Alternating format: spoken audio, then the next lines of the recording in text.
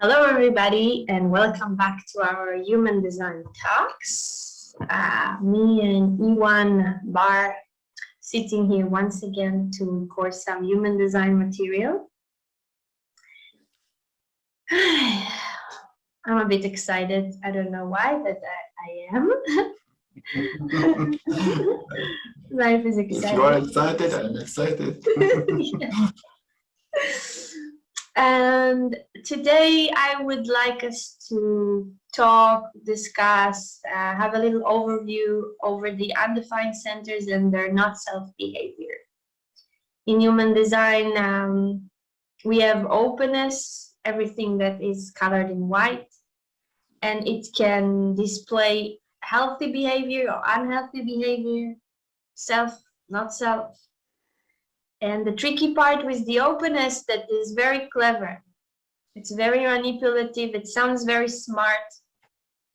It can actually manipulate the body, and it does it very well. It's very, very intelligent. So let's see how the mind is taking over the openness, the undefined centers. And hopefully for us, for you, for me, to be a bit more aware of that. Yeah. Yes. Let's see. I have many, so yeah, we can joke about it. Much to share. Yes. So let's start from pressure centers. We have the head center all the way up. Yeah. And the head center for me is, as we know, is questions. Try to ask questions that are not mine, or any question, open question. And I always felt very intelligent. I feel very intelligent when I do that. I kind of bring a lot of philosophy into the question, and I pull up information from a lot of places. But what happened to me in that moment is that I lose connection with my emotional intelligence, which is my authority. And because it's up here, my mind is telling me, keep on going, keep on analyzing that question. Although I'm really not interested, I don't really care. But it keeps on pushing me, and I feel like I will be worthy if I know the answer. It's like those people I look at and I say, wow, they're so intelligent. They answer questions and they share from this mental knowledge. It seems to me very impressive. To my mind, it seems very impressive. It took me a while to understand that it's not up to me to answer those questions, and actually gives me headache. Yeah, I can relate with that. For me, is more like opening a Google page and starting to search something and realize that I'm drifting into something else and something else and something else, and then I have like 20 tabs open and I forgot what I wanted in the first place, So looking and losing my focus, or starting to talk about one thing and going to another and looping, and then what was that? Yeah, so in my class I tell my students, mind me, because if you ask questions, like I may answer, and we'll not finish today actually answering all the questions. And yeah, with my open hand and looking for my, for who am I. 24 is my grounding, so I spend a lot of time in spirituality, going up, looking for answers. Who am I? Who am I? Who am I? Yeah. And then doubting, not that, I'm not that, I'm not that. So like this, losing focus very easily. Well, yes. It took some time to realize that, as you said, it's not really important to know It's okay not to know sometimes. Yeah. Also, it's important to not to believe like all the spiritual gurus that are around there, and to take a break for all the inspiration that is really sometimes really crap. So, Yeah. so now I kind of make people aware of that. Is it really about you, or is it like just stupidity, you know? So many gurus wake up, and also you can see this in human design, right? So many variants, so many like new ways of thinking about things that really have nothing to do with human design. Like, you know, the sidereal human design and all sorts of like really mind stuff. Hopefully you don't mind, but yeah, I can kind of tend to have this skepticism, you know, about things. Yes. One practical advice, speaking about all the things that are going around and you don't know what is valuable or not, I learned to reduce my contact with Facebook and to reduce my contact with TV and content, because it makes a lot of noise. Yes. And I had to do it consciously. I don't follow people on Facebook. I'm sorry, it's not personal. It's just because if I open my Facebook, which is my workspace, and I see this and that workshop and that article, my energy is wasted. Yeah. I easily drift away, and I might be very far from what really is right for me to do or not. And so this is a practical advice.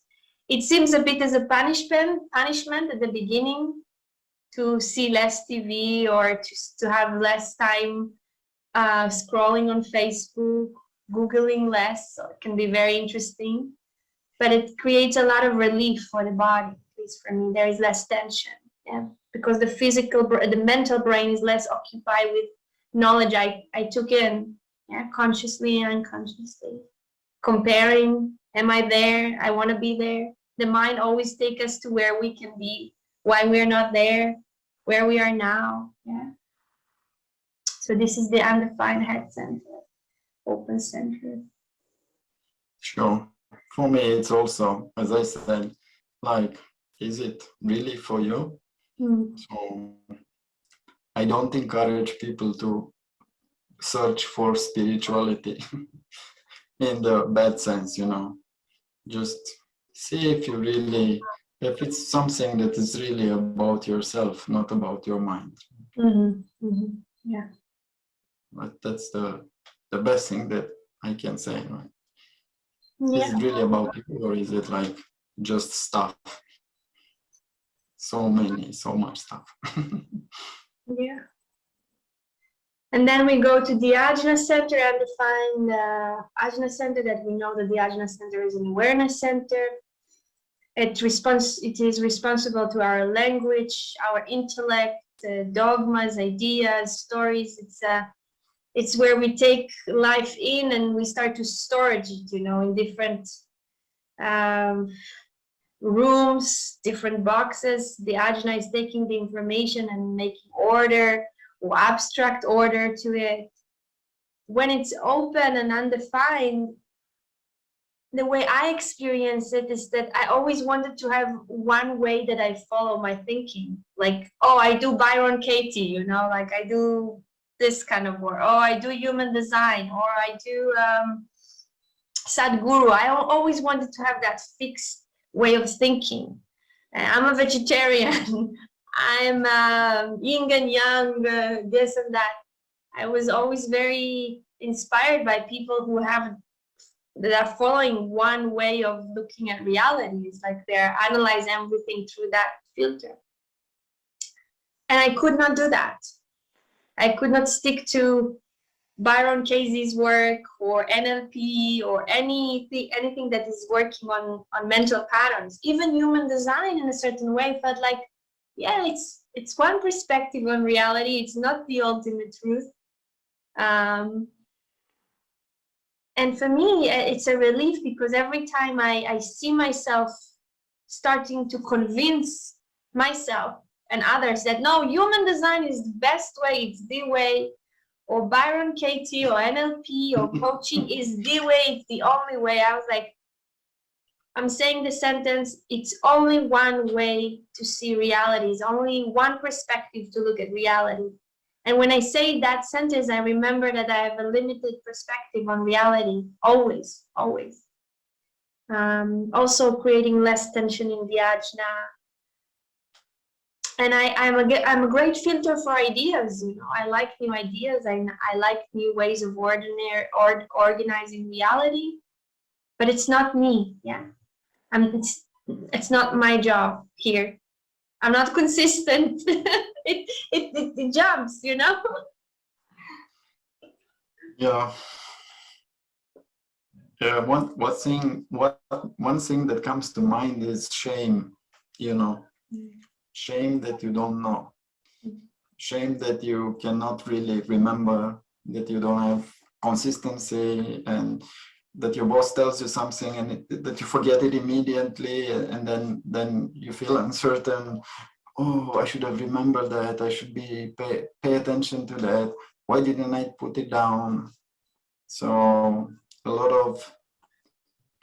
of anxiety about that, about not being able to really have, as you say, some good memory. You know, I did my first career on lecithin, you know, on this drug to stimulate your memory because I couldn't remember things. So it was always a handicap, you know.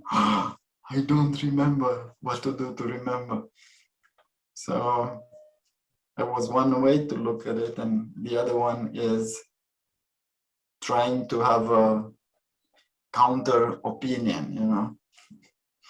You know, they used to call me in my high school Mr. Know-It-All, because I would always say yes, but, you know, just didn't let the other finish the sentence, just to serve him my way of looking at things, which is of course stupid, right?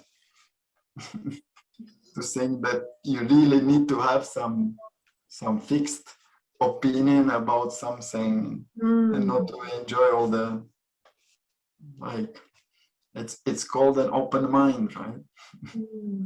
For a reason, right? So it's really good to have this open mind and not to lose yourself in this, like, I don't remember.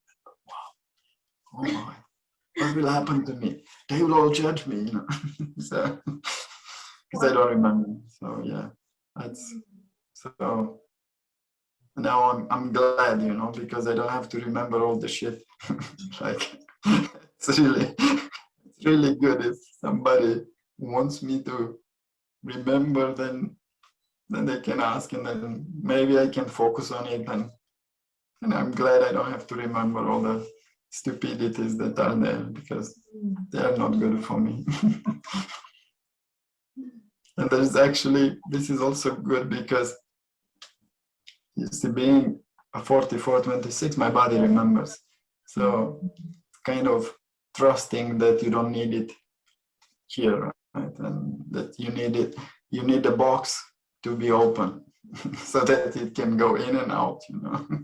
Yeah, the body remembers. It's true. It's true. Yeah, I like it.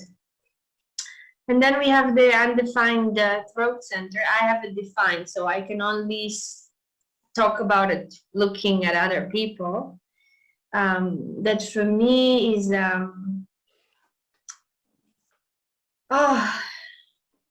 it's exhausting. It's exhausting. It's like a car that is, you know, driving and driving and driving without stop on the verbal realm, you know, talking and talking. And my mother sometimes can be like that. And she's starting a story, and it's like, where this is going to end, it continue and continue and continue. And because she's an emotional generator, I really see the difference when she's being asked after waiting. It's the same beautiful story goes different.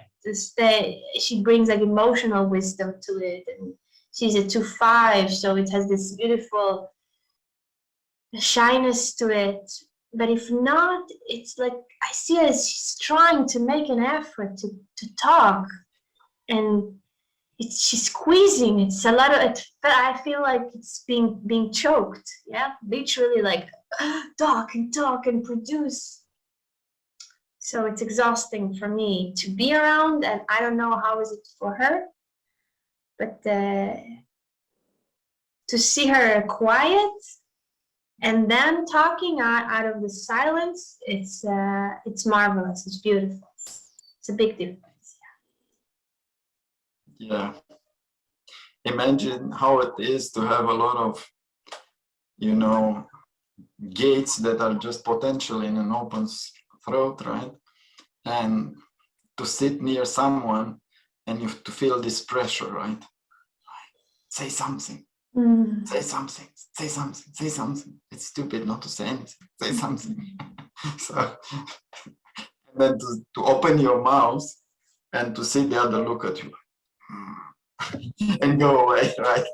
And you immediately realize that you have said something really stupid, right?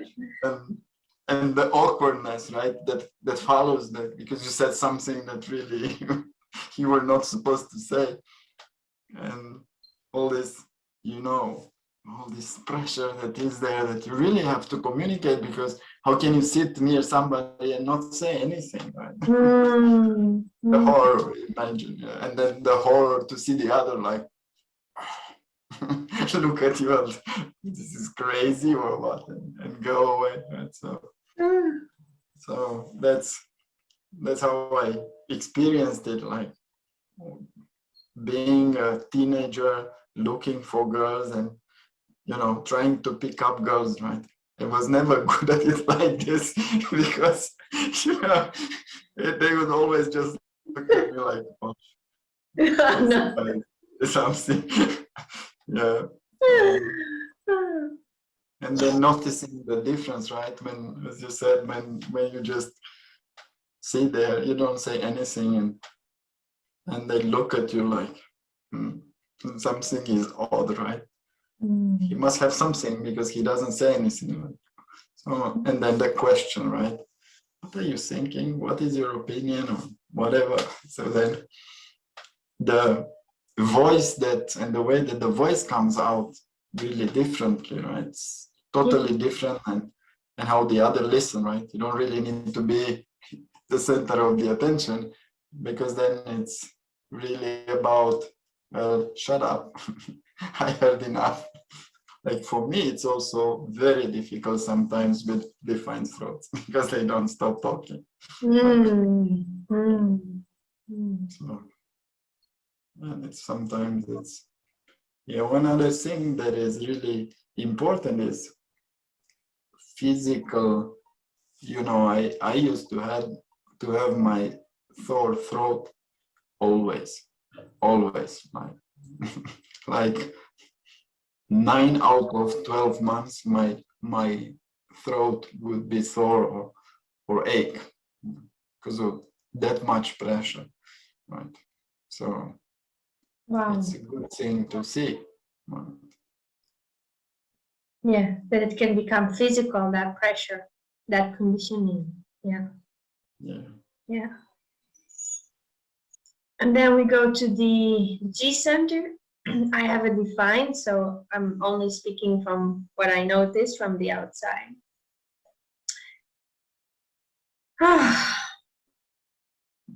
Titles. Undefined G center for me is like, I see people searching for title. I am. This is my profession. This is my life. This is titles. I am a singer. I am a coach. I am in a relationship. I am a spiritual. All this, I am this. And I see that it's tearing them apart, people that I work with a defined G.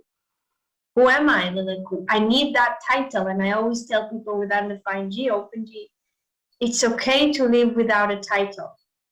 You are okay, you are enough without a title, and you can replace the title every 10 seconds and it's fine. It's completely fine. And I know from having a defined G that also this title can be heavy once I have it. If I want it or not to have the title, to carry the title, I also sometimes say, okay, today I'm Undefined G. No titles for today. Yeah, it's strong conditioning because it's the center of direction and love and identity. So I guess it's had a lot of impact on the physical body. Where do I go? With whom do I bond? What is love? Yeah. There are so many shapes to love. There are so many ways to move in this world. And especially nowadays that there is strong conditioning to know who you are, like to fulfill yourself, having this self as the middle of the center of attention, that this can create a lot of pressure on Open G. What is this self-empowerment, this self-therapy, self-love, all this self and self and self? Where is it? It's there. We all have a self, just in a different sense, in different. We are the self. It doesn't need a title. Yeah. Yeah, I have a totally open G, totally open. So funny about diplomas,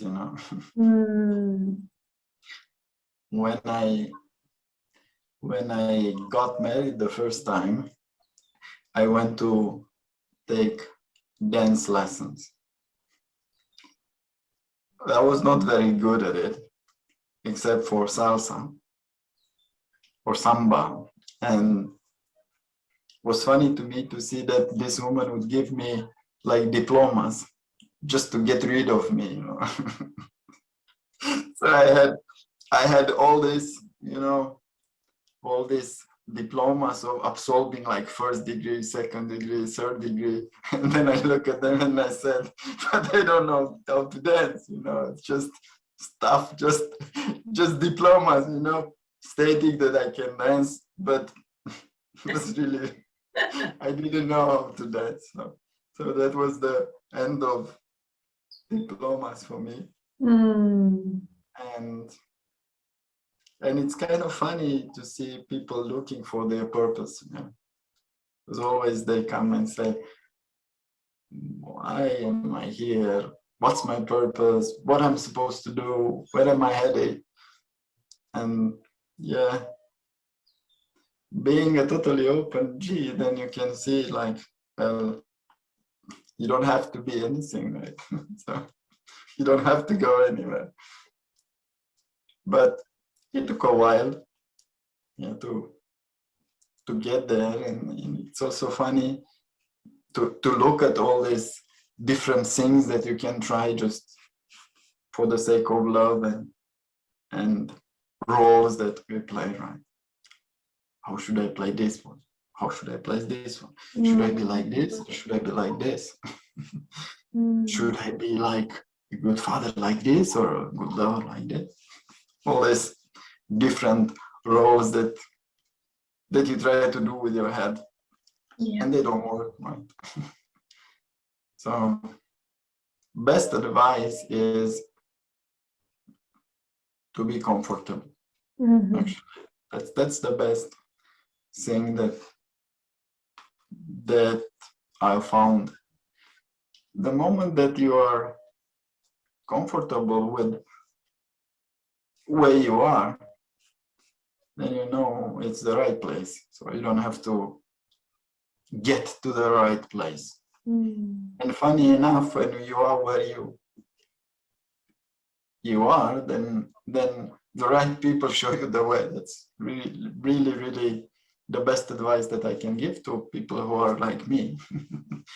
No need to search, no need to be someone or be something, or like When have you a say purpose. comfortable, you mean comfortable as a physical experience, or comfortable Yes. in the Yes. room? Like, what can you elaborate One of the more? things that is really, really annoying to me is going to a restaurant and being seated somewhere. You know, I go to a restaurant and the waiter says, sit there. That's the most annoying, the thing that really triggers me the most. Because it's like, you know, it's like someone is forcing me to sit somewhere that is not for me. Mm-hmm. So when I go somewhere, I like to feel at ease, to feel comfortable, to really be able to relax where I sit, so that I feel comfortable, like physically, you know. Yeah. And then if it happens, then it's okay. Otherwise, I'll be upset and I will move around and I will be angry. Nobody will be happy. That's my experience, and that's the thing that I can say to people who have this undefined G. Yeah, don't be seated somewhere just because you need to sit there. Yeah. That's really bad. Physical comfort. Thank you. Thank you. I like it. Important also for me to know as a defined G, you know, knowing that if I see an uncomfortable reaction from the other side, for me, maybe it's not so important, but thank you. Yeah. Thank you. You're welcome. And then we go to the undefined, the heart center, or completely open heart center, which is a walking disease. A walking disease. It's chasing after materialism and self-worthiness and obsession about money and work and family and the material plane. You know, one of the hardest thing for me to hear, I have a defined ego, is this stress around money. Especially after, you know, following Ra's teaching that is saying like we are no longer here to exist for, you know, physical survival. And I hear all this stress around money and materialism and the mind that is talking about it. Like, I always ask people, if now if something happens and I'm gonna take everything from you, you will really have nothing, nowhere to go? Is it really true that if I take everything, now your money and your clothes, like there are no family members, there are no friends, like there are no institutes, nothing. You're really going to die? And the answer most of the time is no. I have family, I have friends, there is this organization, you know, I can live in a tent. There is a proportion, and for me, it's not that I don't have those questions in my mind, but it's the sadness of seeing how beautiful this life is and how much joy we can benefit from little things, how we don't need much in order to take care of this physical body. And the conditioning of the undefined heart center is creating an enormous pressure on this race of running for materialism and money and family also. Having a family, if you have a family, you're in the right place, in the right direction, you are worthy because you have kids or don't have kids or all of this. So all this discussion for me, people with undefined heart center, give yourself a break, you know, take a rest. It's tiring. It's arming your physical body, this chase, competition, everything that includes. I highly recommend you to be informed about the undefined heart center, ego center, because it's a walking disease. It's a walking disease, and we can see it in the material in the world. You know, we have too much food. We have too much material matter. We don't need that. We don't need so much. Yeah. Yeah. So we can speak about it. The heart center is not really our core, right? Nor your nor mine, because we both have it defined. But what I see and what I try to show people is that they don't need to do that much. They don't have to do that. They will. That the best lesson is to say no and to stop doing what they must.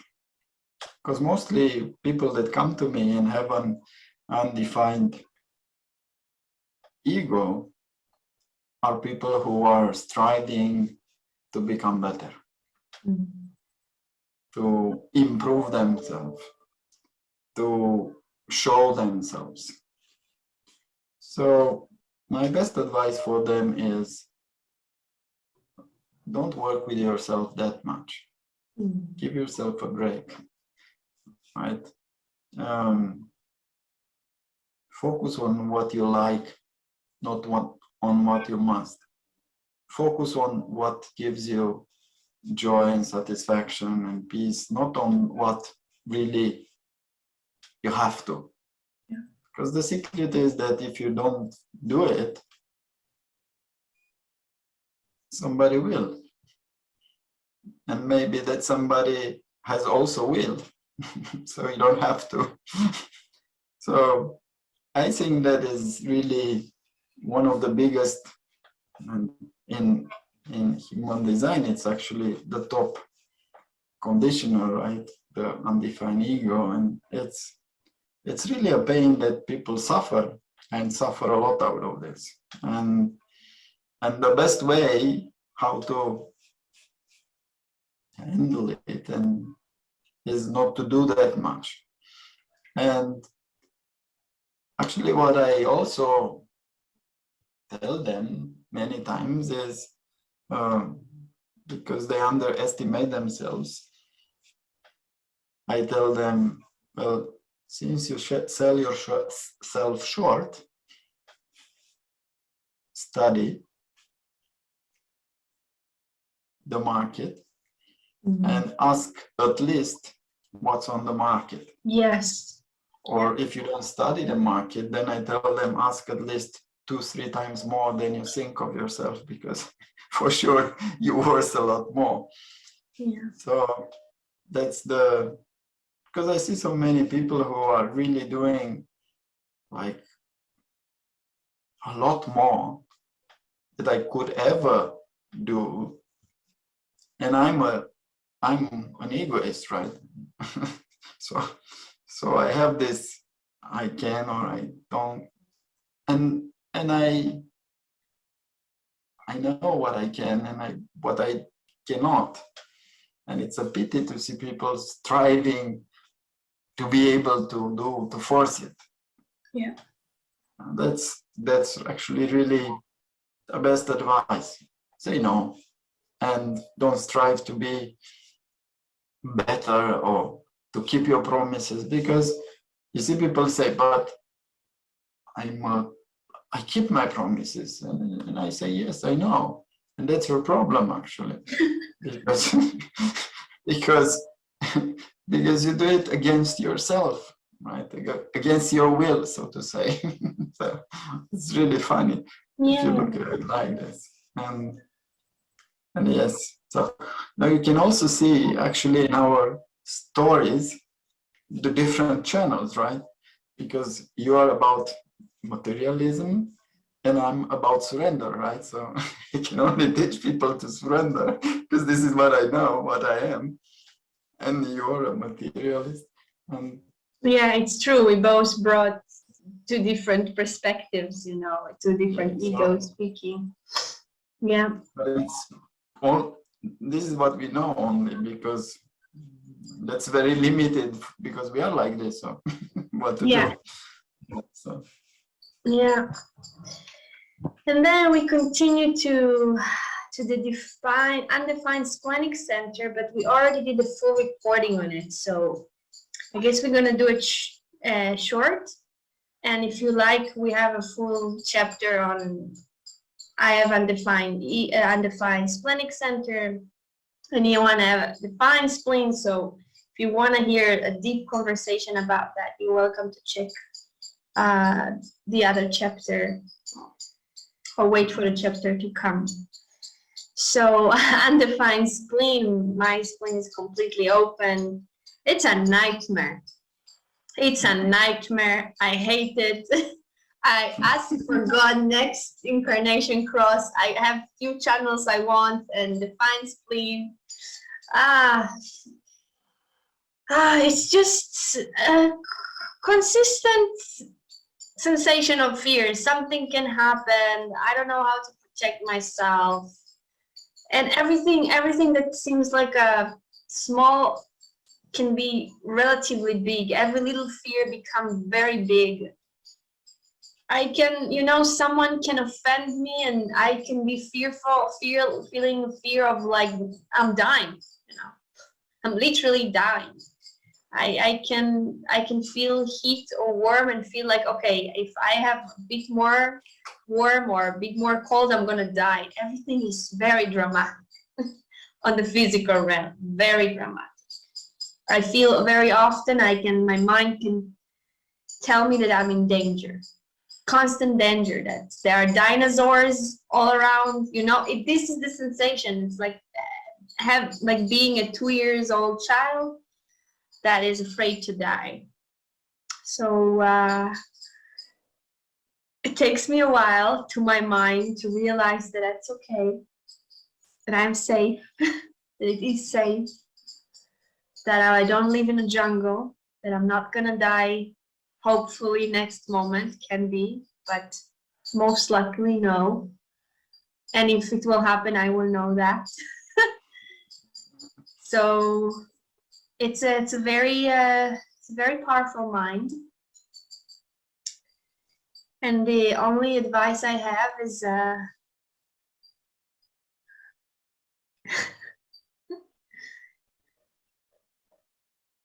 is to be okay dying. To die is to be okay with the fact that death is around the corner.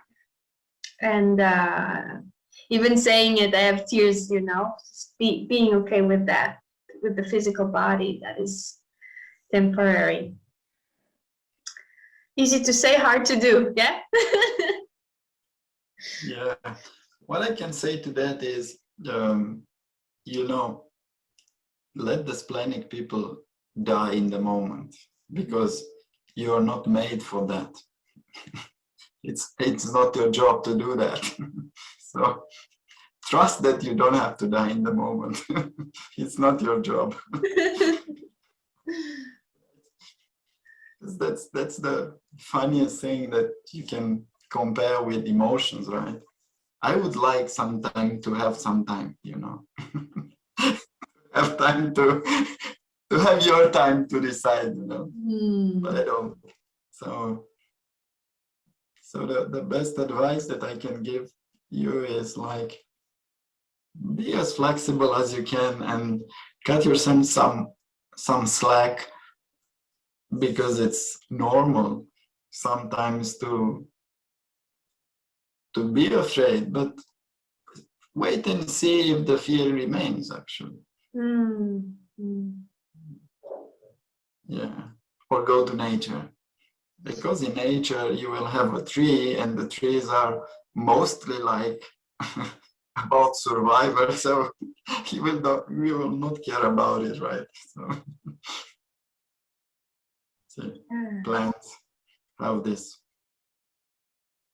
capacity to give us safety, and it's free. It's free, yeah.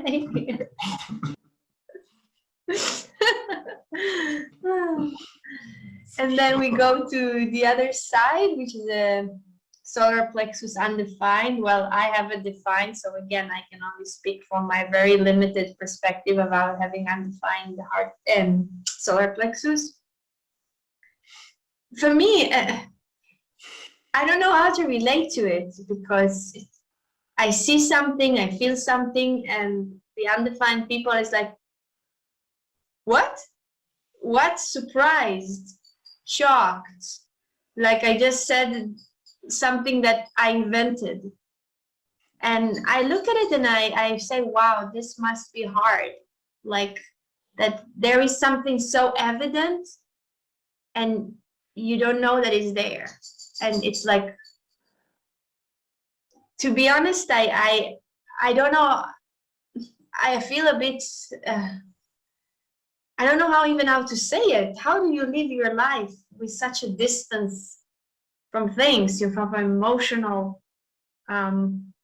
things that happen? And at the same time, I feel a bit jealous because it could be nice sometimes to be chill and not to take everything so emotional. What I observe with people I meet is not to give enough space for pleasure and pain. If there is something with pleasure, it's like, yeah, it's nice. And I was like, no, it's not nice. It's very nice. It's okay to be excited. It's okay to enjoy. It's okay to feel pleasure. You're not gonna die. Or if something bad happens, they say, yeah, it was not so good. I was like, no, it was horrible. You know, you had a accident like with your car or something. So it's okay to feel. It's okay to feel whatever it is. Pleasure or pain.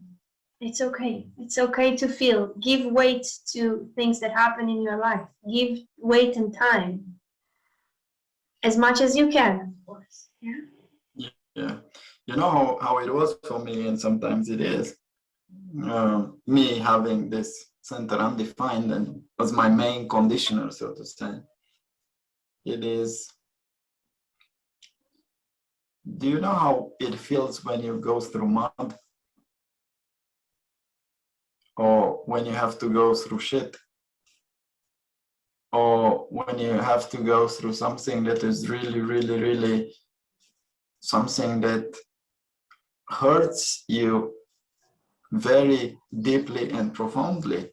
And you feel it in your whole being, and it's really not physical, but it's emotional. It's something that paralyzes you from inside.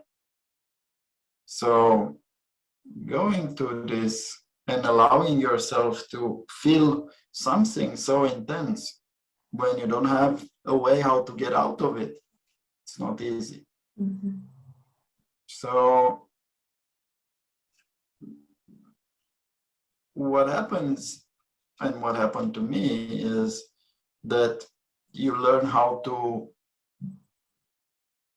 close yourself to it, so then you don't suffer. And it's not physical suffer, it's emotional trauma. It's connected to your nervous system. So it's really about deep, deep suffering, not about being physically hurt. Being physically like very conscious. So it ended up with me being at one stage in my life unable to feel anything but pain and tears, the only two emotions that I was able to feel. And it was the only way how I could cope with all the suffering that was happening in my life. Just my body would heat up like powerfully. And I would know, for example, who is suffering for heartache. If somebody would have a problem in their relationship, my heart would like just light up and it would have a lot of like warmth in it. And I would know they suffer the same thing that I do. And it took me 6 months of therapy with two guys, with a boy and with a girl, to be able to cry for half an hour, just to release all this, pent up energy. And to be able to let this emotion actually go free through me, because it's not as if we don't feel, it's that we feel so deeply and we identify so much with what we are feeling that it's really unbelievable strong. It doesn't go away. So the thing is not that we don't feel. The thing is that, and it's really important to see that, the thing is that we learn how to let it go through us without being one with it. And it's not as if I don't feel it. And now, this being my main, so to say, focus, I can feel people who are sad. I can feel people who are in all kinds of emotions, but I'm not always open to it, because for me it's not healthy. So in time you learn how to see that the other one is hurting, or more likely is passing through some emotions, through some feelings. He's not hurting, maybe. He may be, but he is passing through some shit. Yeah. And then the only thing that I can do is hold space. What it means, hold space, it means don't get involved in it. Don't try to fix it. Don't try to go there. And this is my experience with my emotional wife, with my emotional child, because they come, they storm, and then in 5 minutes, my wife comes and she says, I'm over it. Why are you still angry? You see? So, but for me, it doesn't go away like for you. It either doesn't stay there and I'm able to feel it and see how it is and bask in it, but not identify with it, or I'm with it, and then you are going and I'm there, like, Wow. suffering. So that's the difference. So then sometimes people who really are, so to say, emotional intelligent, they know how to go through it without affecting them. It's not as if we don't feel. We feel sometimes so much that it's really unbearable. And sometimes you see that it's just, it's just the mood, and then you don't get into it. Yeah. But you need to be really clear to do that. Yeah, thank you for that, because I think you are maybe the first person I heard such comments, such a explanation that I could feel the pain. Maybe because I didn't speak with people that are very aware or long time in the experiment and in touch with their body. So I appreciate that. It's important for me to know what is the other one feels, what is going on the other side. And still a mystery for me, but it's good. Yeah, thank you. It's valuable. It really is. Yeah.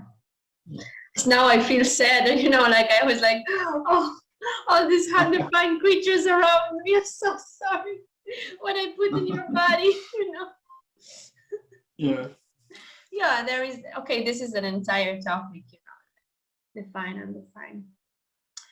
Yes, and then we go to the sacral center, undefined sacral center, and we covered everything up all the way down, and we have like 2 centers left. And then when we talk about the undefined sacral center, this is something that we both can relate. sadly and happily, and who knows. For me, the undefined sacral center is the source of all evil. No, I'm joking. It's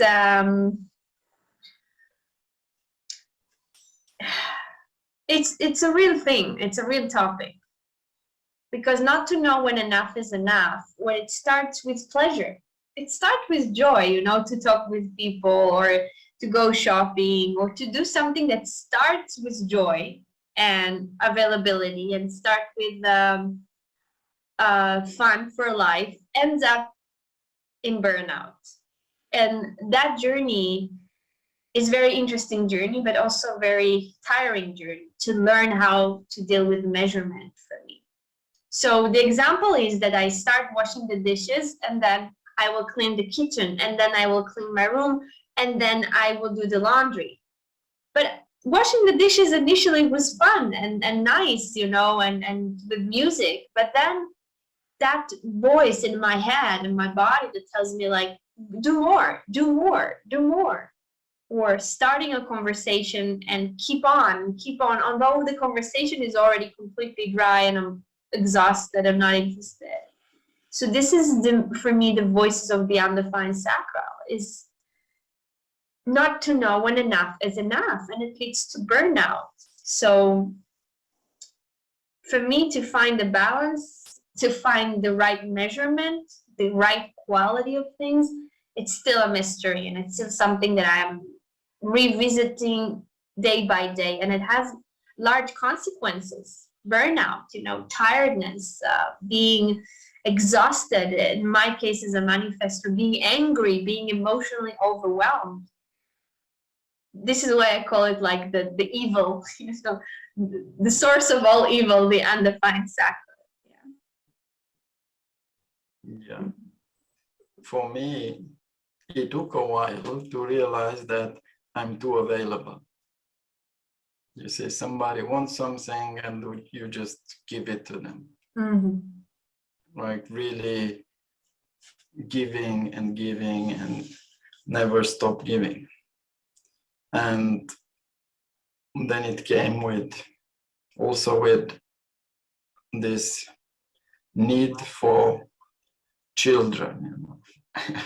I wanted to have children and to have connection and to have, you know, have all this in my life, right? You're being very tribal and with the gate 59 and like searching for this connection. I was 19 or 20 and I wanted to have kids since, like, you know, I wanted to have kids when I was young, more kids, like really. So looking back now, I have one child, right? And it's enough. But it took a while to realize that all this energy, that I don't have that much energy to give. And also when I was young, I used to go to, when I was young in my country, we didn't have movies. So DVD, you know, the VCR appeared and you could rent these video cassettes and you could watch movies. And I was with all my cousins and they were all sleeping. And I was watching movies and looking at them. Why are they sleeping? I mean, really, why are they sleeping? We have to watch these movies, right? We cannot stop now. And yeah, and I had several nights when I was young when I would do really messed up things, like I would play this Warcraft game like for 3 nights in a row, like going to like playing and then sleeping 3 hours, going to work, coming back, play. Wow. Going to bed like 3 hours. So yeah, it took a toll actually on my health. And then, so for me, it's about limits and about really realizing where you are not supposed to be available. Yeah. And this came with having a bit of rules, you know. I'm a splenic projector, right? So it's a bit like counterintuitive to have rules, right? But you need rules in order to be able to somehow protect your energy and to have a bit of a schedule, at least when you go to bed, because otherwise, well, as my son would say, like also projector, it's stupid to waste your life sleeping, right? And then you lay him in bed like he's like this, he's like this. I start to read a story, and in like 2 phrases he sleeps like a log. But he's not tired, you know, until he's sleeping. Yeah. So that's my experience with limits, actually. And so if I would say, if I had something to say to people who are undefined, I would tell them to take themselves out of the energy of the others, like regularly, you know, just to check your to check your tiredness, because when you are with others, you don't know if you're tired. No. The moment that you go out, then you can feel it. So it's really a good thing to just to get out a bit and to check your pulse to see if you're tired or not, right? That's the best thing that you can do. And yeah, and I used to have this, for me it was stupid not to sleep with my wife, right? 19 is my gate, so very tribal, so very needy. So then I realized, like she would say, we need to sleep alone, and then I said, no, we cannot sleep alone, right? And then I started studying human design, and I didn't know how to hide this from her, right? That you have to sleep alone. And yeah, and finally now I realized that I'm very sensitive to energy, and it's really difficult for me to rest if somebody is near me, right? And I had a chance to sleep in the same room with my sister and with her husband. They were like away from me, but still I could feel the buzz, you know. I could not sleep because the buzz was there.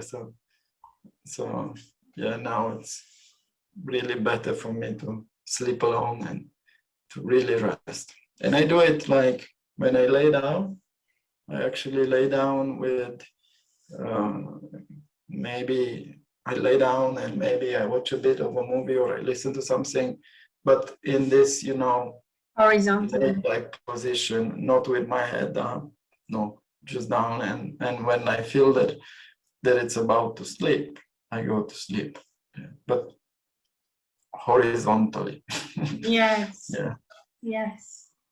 Something Oh, this like is the large discussion, the undefined psychologist. This is really a chapter of itself. Yeah, I have a lot to say.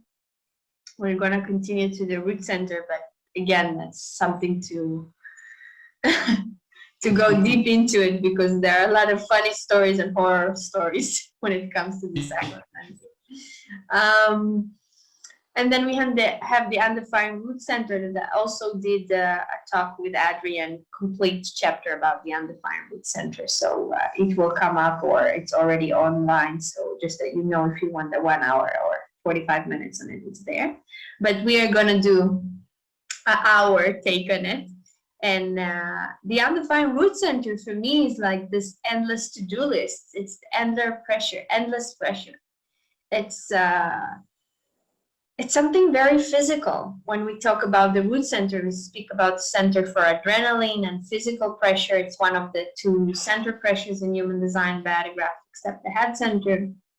So the way I see it in my life is this: my body is a bit tensed, like that tension that comes from, I always notice it only when I relax, when I go to take a shower, when I lay down, when I see a movie, when the pressure goes down. I don't realize how much pressure I was in and it comes to the point where there is unexplainable rush. And I really don't understand why, because I'm secure and everything is fine and there is money and there are resources. But the mind creates that pressure of like things needs to be done and life will be over in the next minute. And it's that existential pressure that it also, I can see it in outside in society, like having kids, as you say, like having kids, having that car, having that house, the pressure, the pressure, the pressure, the pressure. And I lose quality. I literally lose the quality of life when I'm under pressure, because it's not that I enjoy what I do. I just want to get rid of what I do. So it's getting rid of this and getting rid of that and getting rid and getting rid and getting rid. And I realized that first time, I think I realized that 1 year before I met Human Design, that I was lying in bed exhausted, undefined sacral, undefined root, exhausted, tired, angry, frustrated. I was just coming to bed like I was just waiting to enter my bed. And I said, you realize, Bar, that this is the only thing you're waiting for the entire day. You're waiting to go to bed. So you actually don't love your life because this is the only moment that you're happy when you're lying in bed. Then I realized that something is wrong, something is completely off. If this is my only pleasurable moment during the day when I'm in bed, waiting to sleep, it's only 5 minutes and then I faint to sleep. Yeah. So this is for me the take on undefined open root center. Getting rid of the pressure, losing quality of life, and then why to live? To be dramatic, but it's okay. Yeah. For me, like my root fires up, right, man, very easily, because the only thing that doesn't trigger me, it's the 63, like the channel of mutation. Otherwise, all the others are there, like small things that take my attention, and I realize how damaging that is for me.